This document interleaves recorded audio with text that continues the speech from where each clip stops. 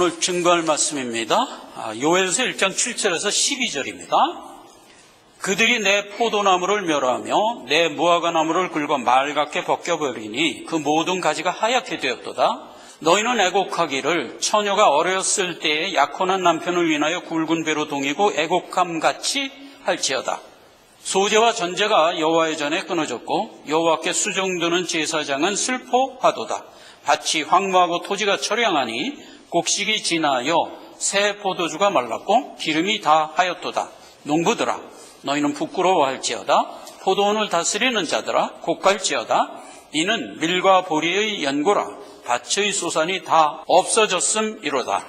포도나무가 시들었고 무화과나무가 말랐으며 송류나무와 대추나무와 사과나무와 및 밭의 모든 나무가 다 시들었으니 이러므로 인간의 희락이 말랐도다.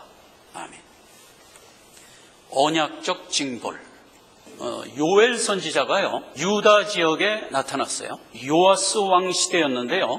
요아스 왕이 신앙을 다 버리고 불신의 세상으로 만들어버렸어요. 영적으로 암울한 세월이 된 상태에서 요엘 선지자가 지금 나왔거든요. 극도의 불신과 하나님의 말씀을 거부하는 것이 세상에 이제 대세가 되어 있는 상태였어요.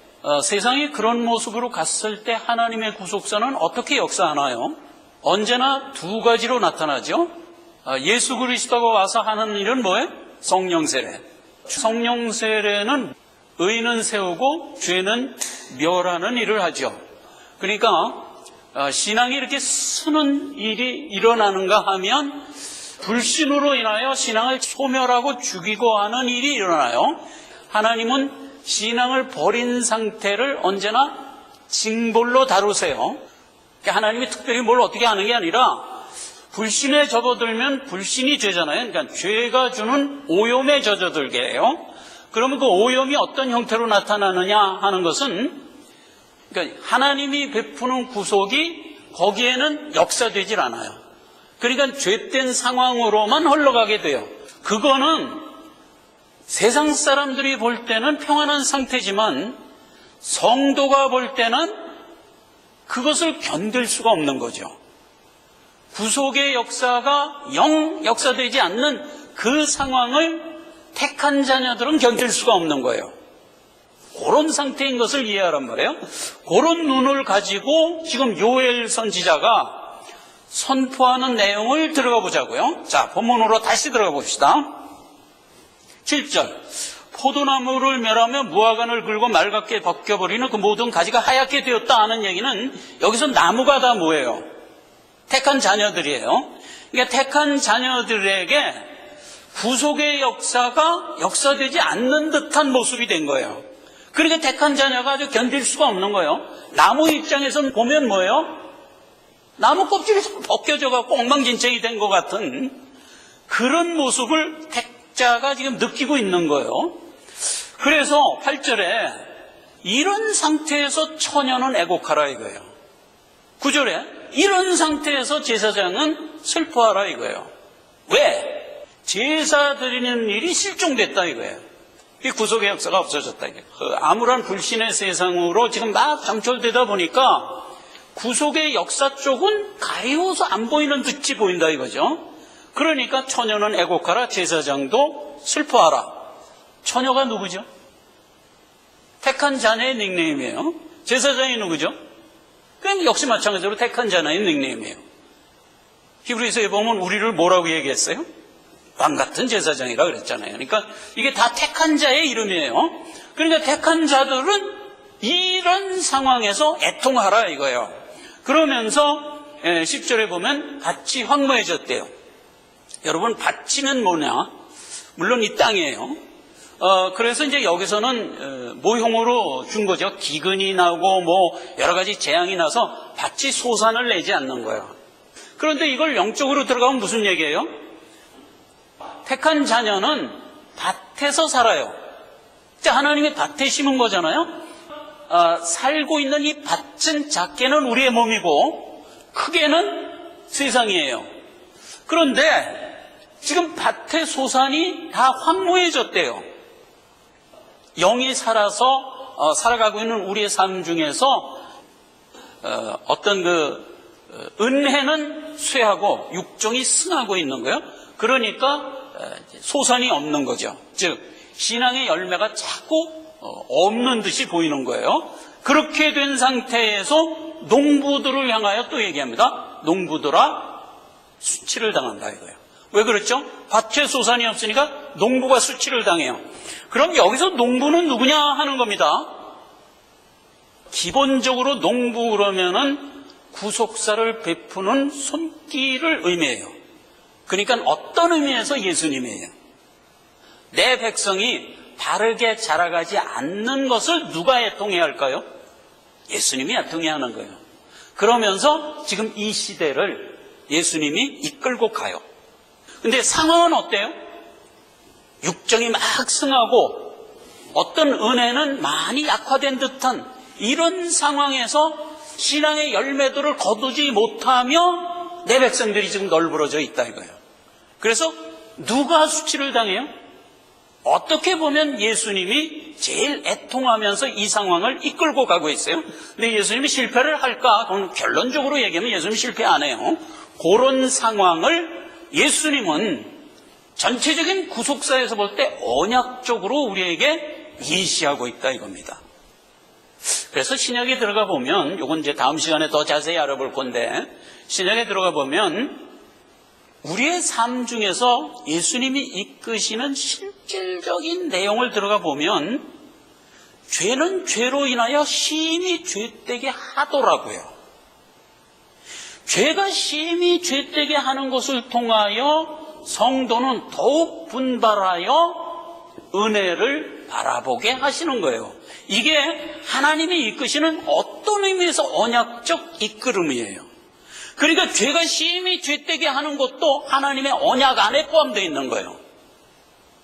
이걸 요엘 선지자가 지금 이 시대적 상황에다가 맞춰서 성도들아 이 시기를 애통하라 이렇게 된 거예요. 영적 상황에 대하여 애통할 수 있는 사람이 누구죠? 그게 복된 자라고요. 복된 자에게 복을 선포하고 있는 모습이 이렇게 기록하고 있는 거예요. 산상수훈에서 예수 그리스도가 와서 제일 먼저 선포한 게 뭐예요? 애통하는 자는 복이 있다. 의에 주리고 목마른 자는 복이 있다. 긍휼을 구하는 자는 복이 있다. 이렇게 얘기했던 그 상황이라고요. 처녀야 내 새끼들아, 제사장들아 내 새끼들아, 이 상황을 너희는 애통해야 된다라고 말씀을 하고 있는 거고, 그게 곧 택한 자요 복된 자다 이거예요. 그래서 이제 12절에 포도나무가 시들었고 무화과나무가 말랐고 송려나무와 대추나무와 사과나무와 및 밭의 모든 나무가 시들었다 이거예요. 이러므로 인간의 희락이 끊겨졌다. 여러분, 택한 자의 희락이 뭘까요? 택한 자의 희락은요, 구속의 은혜를 느꼈을 때 희락이에요. 그런데 구속의 은혜가 약화되면 희락이 끊기는 거예요. 불신자의 희락은 뭘까요? 세상적인 게 막 오면 그게 희락이죠.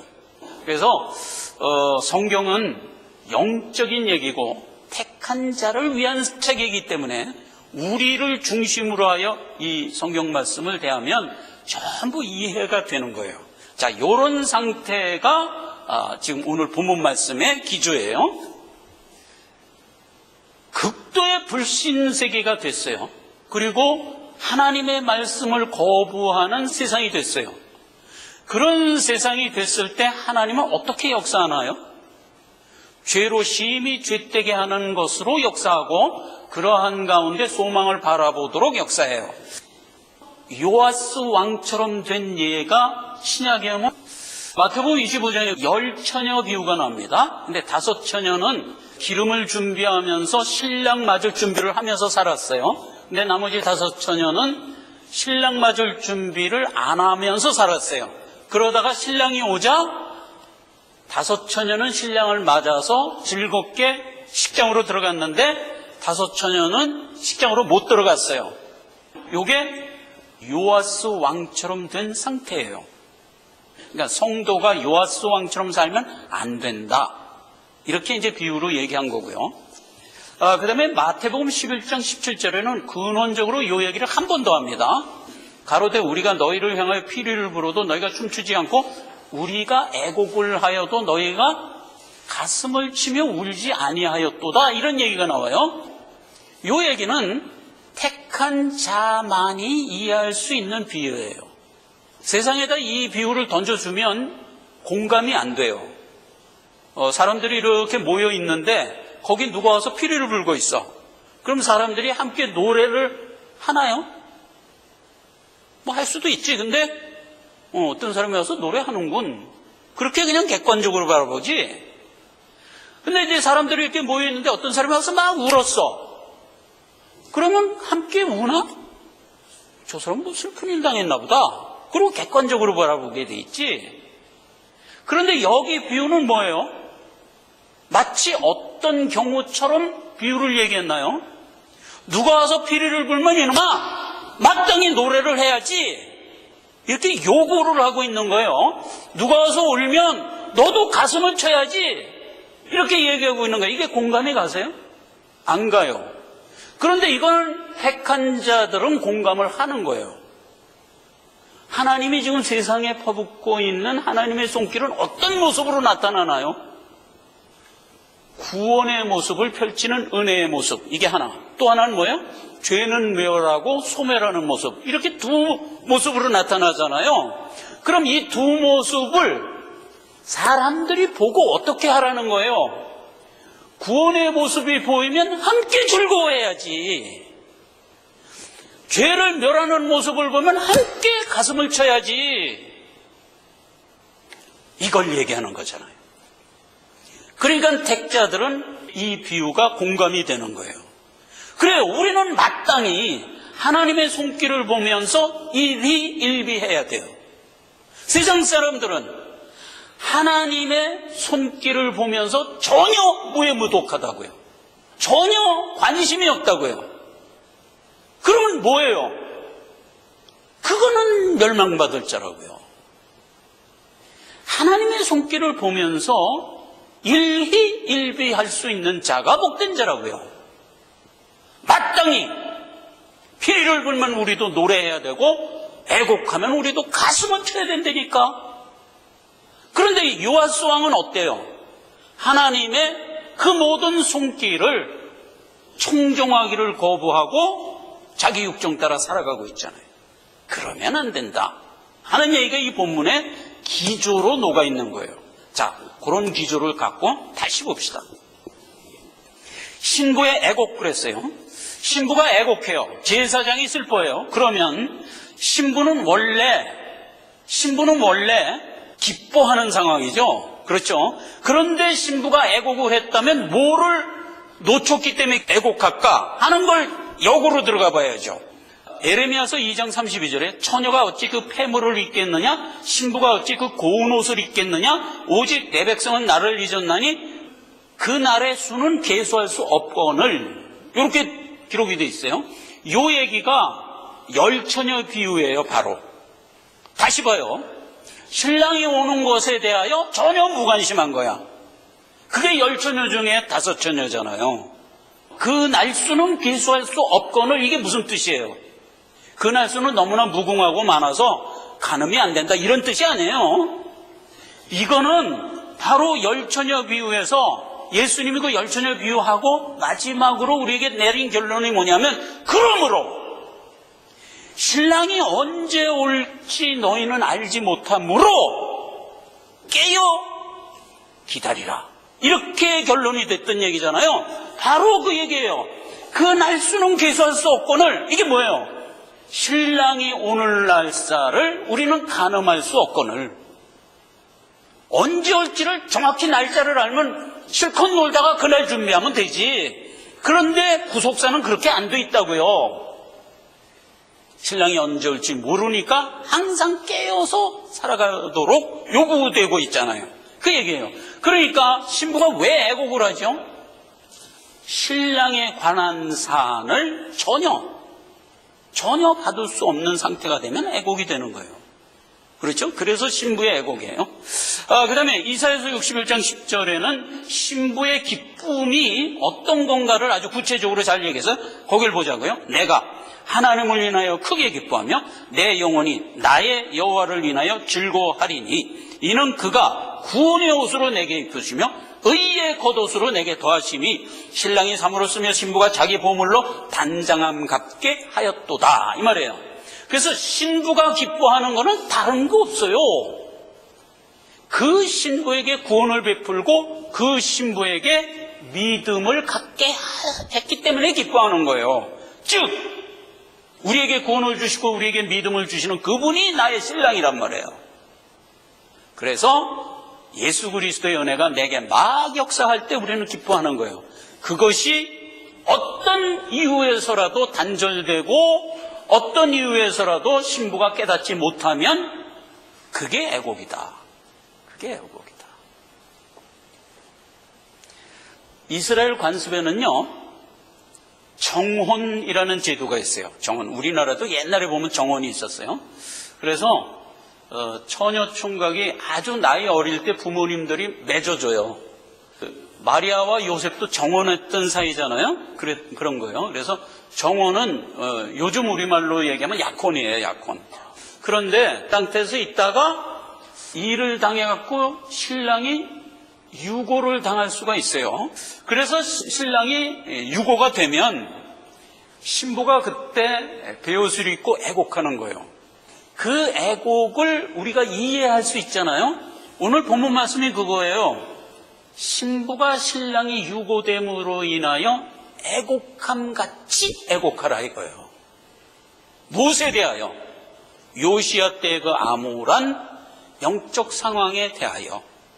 자, 그 다음에 제사장의 애곡입니다. 제사장의 애곡은 9절에 보면 소제와 전제가 여호와 앞에 끊겼대. 그래서 제사장으로 하여금 슬퍼하라는 거예요. 그래서 제사를 드릴 수 없는 상황에 대하여 성경에 보면은 다니엘서 8장에 이렇게 기록하고 있어요. 다니엘서 8장 11절 또 스스로 높아져서 군대의 주제를 대적하며 그에게 매일 드리는 제사를 제하여 버렸고 그의 성소를 헐었으며 범죄함을 인하여 백성과 매일 드리는 제사가 그에게 붙임바되었고 그것이 또 진리를 땅에 던지며 자유로 행하여 형통하였더라. 세상의 악한 세력의 기운이 승하여서 백성들이 드리는 제사를 다 금지해버린 거야. 그 상황이 그 다니엘서 8장에는 역사적으로 한 번 있었어요. 헬라 말기 안티코스 에피파네스 4세라는 사람이 셀류코스 왕으로 있을 때 이스라엘을 식민지로 줬거든요. 이스라엘의 제사를 다 재버렸어요.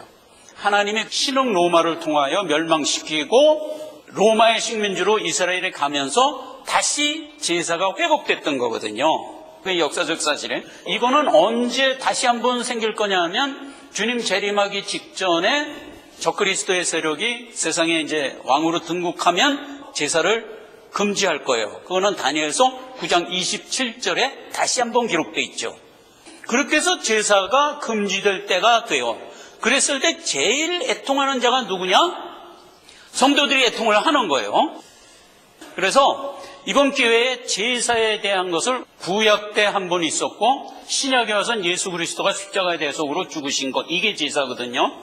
그래서 신구약을 아우러서 제사의 의미를 다시 한 번 정돈합시다. 자, 요겁니다.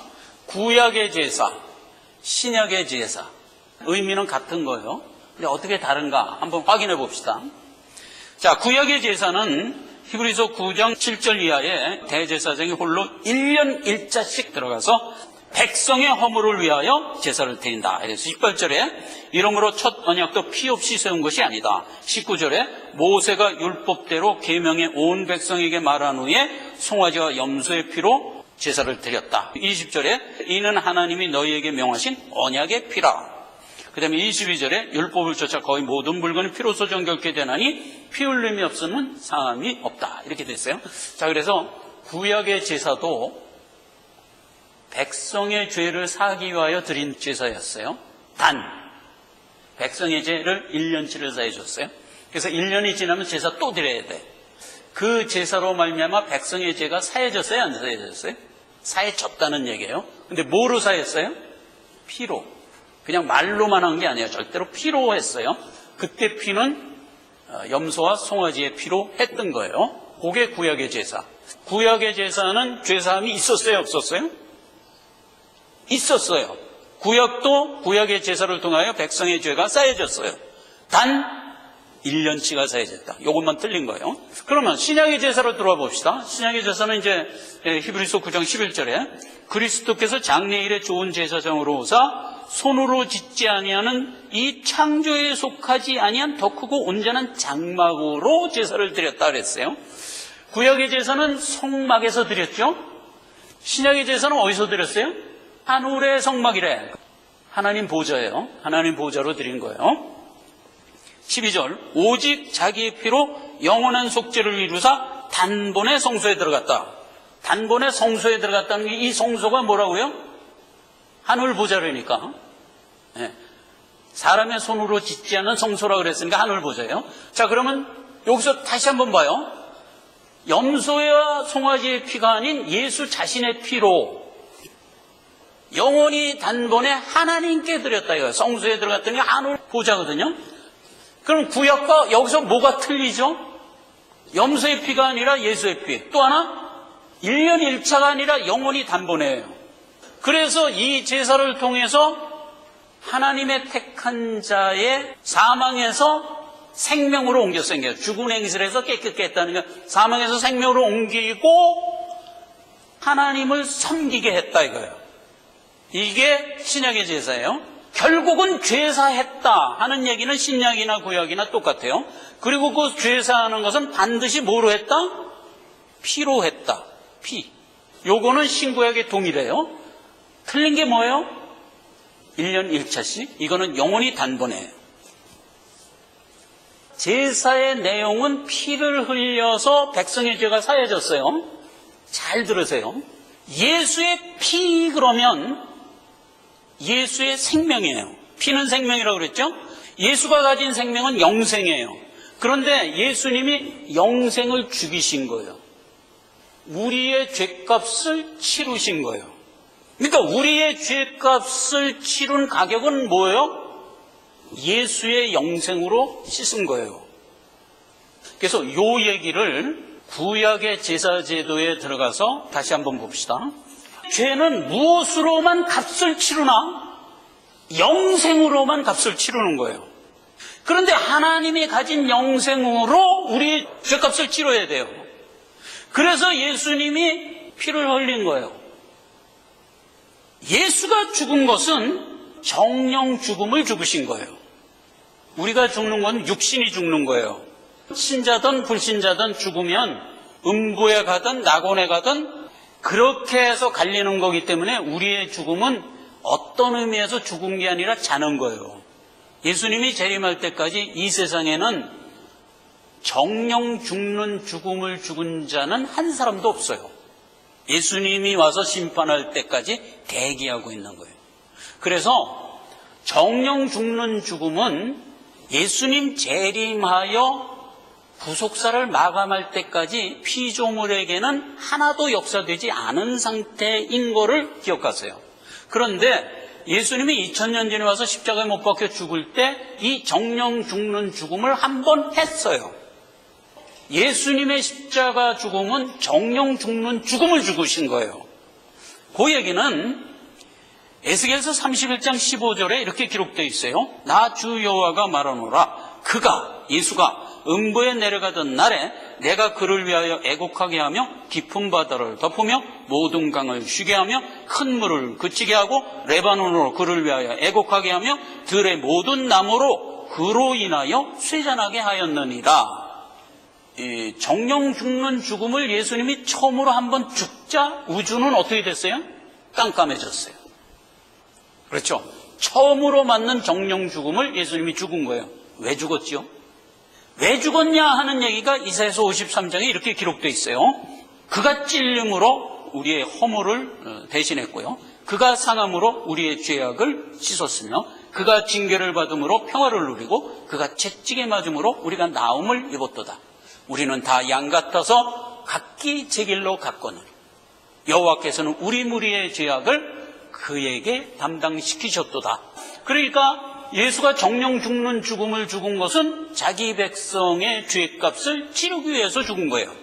죄를 씻으려면은 어떤 값이 필요하나? 영생이라는 참 생명이 대신 그 값을 치러야 되는 거예요.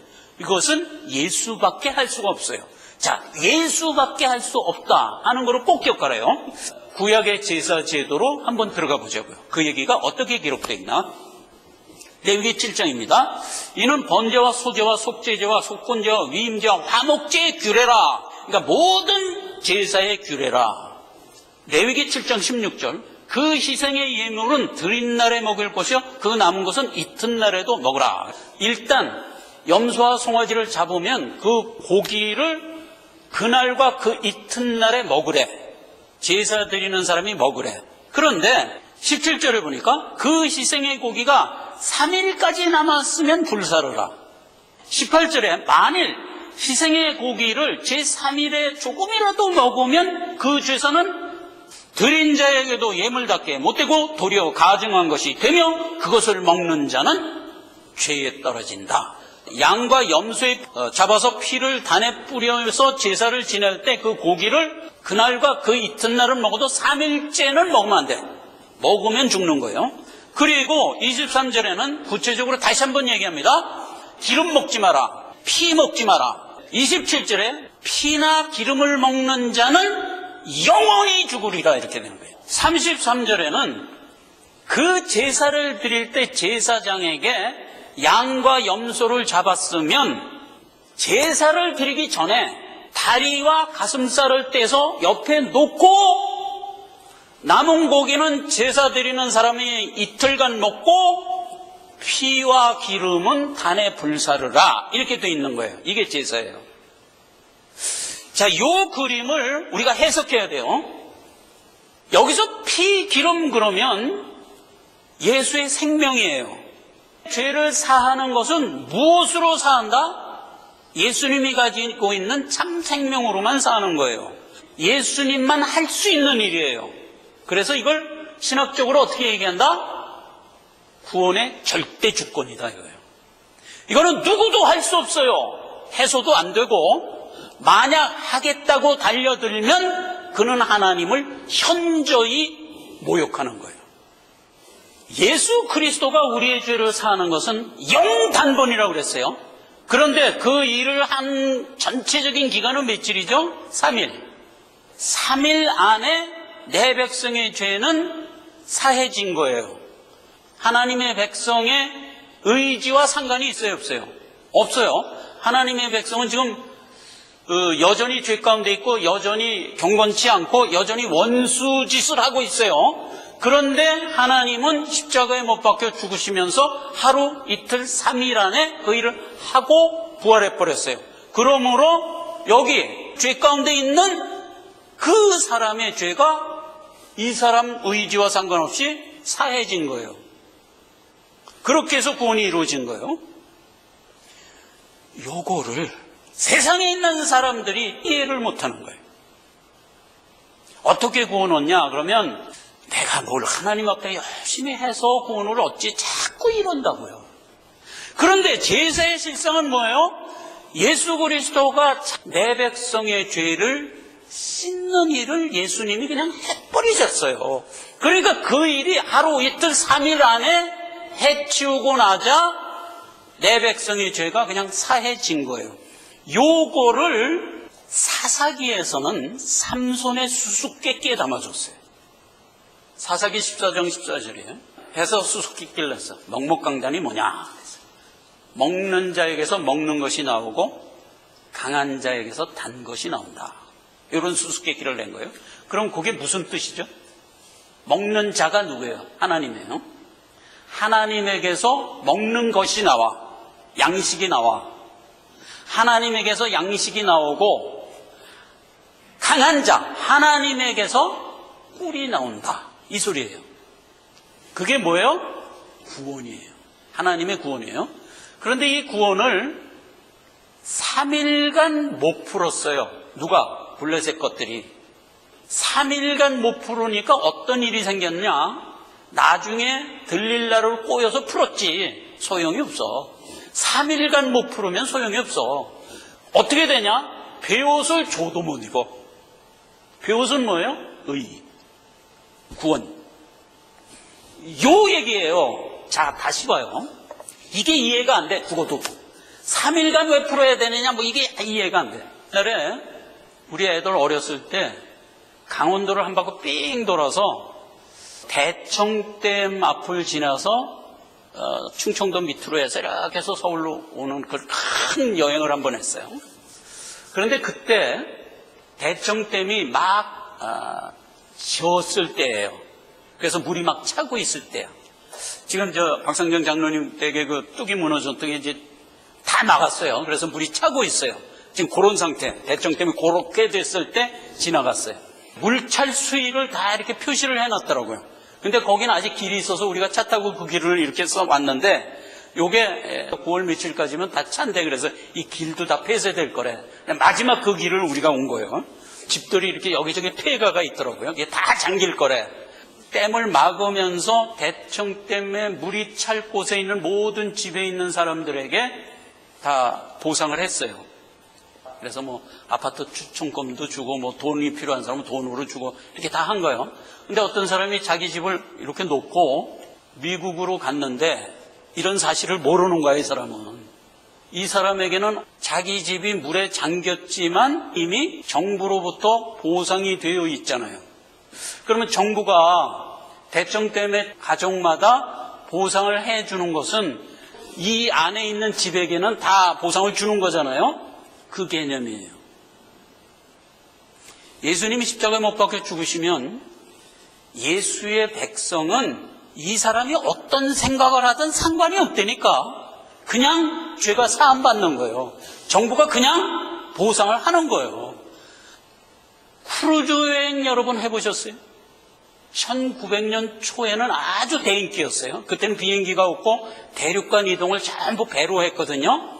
그 유명한 타이타닉호도 그 얘기예요. 표를 끊고 배를 일단 타잖아요. 한 달에서 2달 걸려서 미국까지 오는 거예요. 그러면 배 안에서 2달간 생활하는 것이 배 안에서 먹고 자고 하는 게 다 보장이 돼요. 그런데 어떤 청년 하나가 표를 끊고 탔는데 크루즈 안에는 음식이 뭐 어마무시하게 화려하게 음식이 차려져 있거든. 매일 그 뷔페를 때마다 가서 먹는 거예요, 사람들이. 근데 이 청년은 돈이 없는 거야. 그래서 간신히 백값만 끊어갖고 배를 탔는데 근데 자기는 돈이 없으니까 그걸 못 사 먹는 거야. 그래갖고 창고에 몰래 숨어 들어갔더니 그 음식 창고인데 거기서 빵 하나를 훔쳐서 몰래 선실 구석에 가서 빵을 먹고 그러면서 이제 매일매일 때웠어요. 내릴 때가 다 됐는데 선장한테 발각이 된 거야, 이 사람이. 빵 훔쳐 먹다가.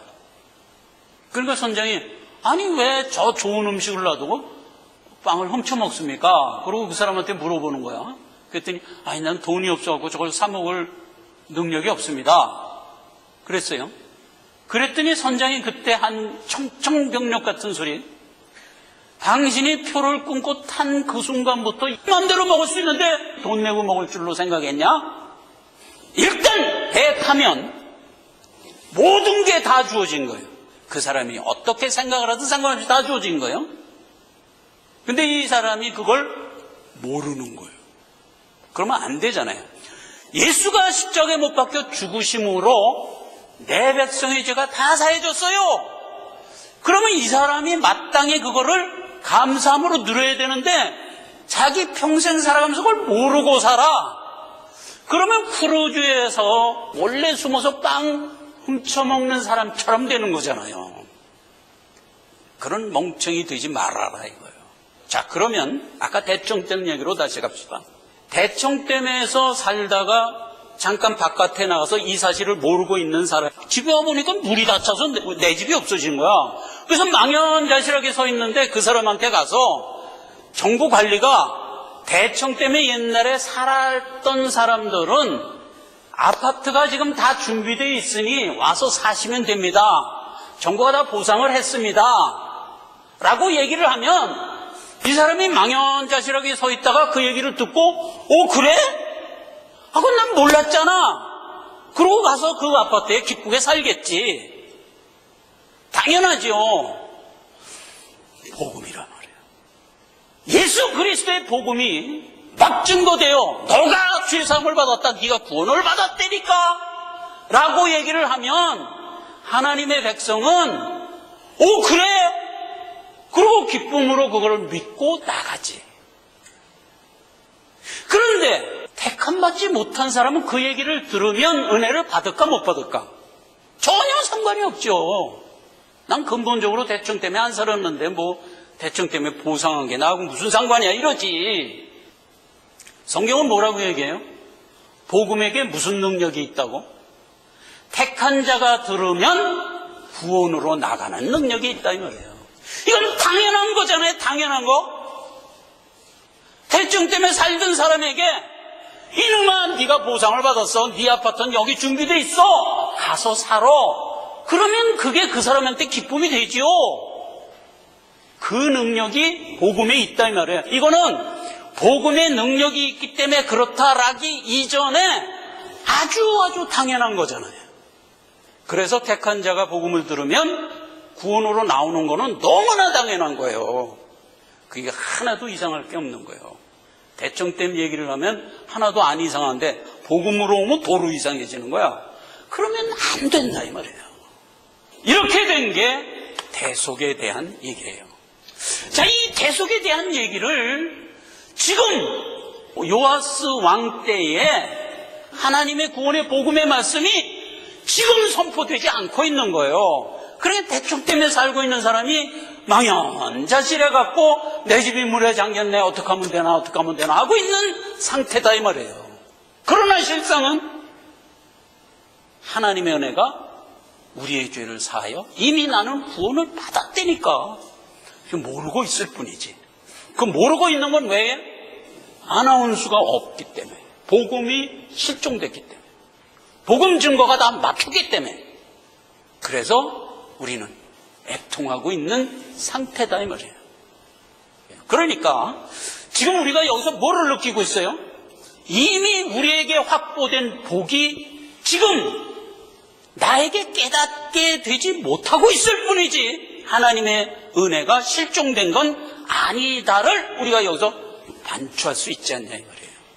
죄가 심히 죄되게 하는데 그 죄가 더한 곳에 은혜가 넘친다. 말씀을 맺겠습니다. 그리스도께서 성령 세례를 베푸셨어요. 이 성령 세례는 내용이 어떻게 되어 있다고요? 피리를 불든지 애곡하든지 둘 중에 하나의 모습으로 이 땅에 선포되고 있어요. 피리를 불 때 벌써 함께 노래하고 애통할 때 함께 슬퍼할 수 있는 자가 누구다? 그게 곧 복된 자다 이거예요. 세상 사람들은 전혀 상관이 없어요. 객관적으로 보지. 근데 우리는 아니다. 하나님의 베푸시는 손길을 통해서 우리는 항상 진리를 향하여 나아갈 수 있는 자다. 신약에 와서는 뭐예요? 그게 팔복을 가진 자가 복된 자다. 근본적으로 하나님이 하시는 역사를 통해서 우리는 기뻐하든지 애통하든지 하도록 되어 있는 자들이다. 이 얼마나 큰 복이냐 이 말이에요. 구속사의 한 흐름, 한 모습, 우리는 둘 다 받으면서 반응하는 자, 이게 곧 택한 자다 이 말이에요. 여기서는 어떻게 얘기해요? 처녀야 애통하라, 제사장아 애통하라 이렇게 얘기하지만 이게 실상은 어떤 얘기했어요? 그렇죠? 그거는 택한 자만 할 수 있는 성령 심령의 상태다 라고 얘기한 셈이다 이거예요. 지금 본문 말씀에는 이러한 상황을 우리에게 풀어주고 있고 우리는 비록 지금 애통하고 있지만 서 있는 자다. 기도하겠습니다. 아버지 하나님 은혜를 감사드립니다. 시대의 암울한 것을 통해서 우리는 어떤 경우를 당하든 구원이 확증된 자로서 이것을 분명히 깨닫고 나가는 자가 되어야 하는 것을 다시 한번 인식합니다. 우리가 인식할 뿐 아니라 이것을 아직 모르고 있는 사람들에게 나가서 이 사실을 증거하며 살아갈 수 있도록 하여 은혜 위에 은혜를 더 주시옵소서. 예수님의 이름으로 기도했습니다. 아멘.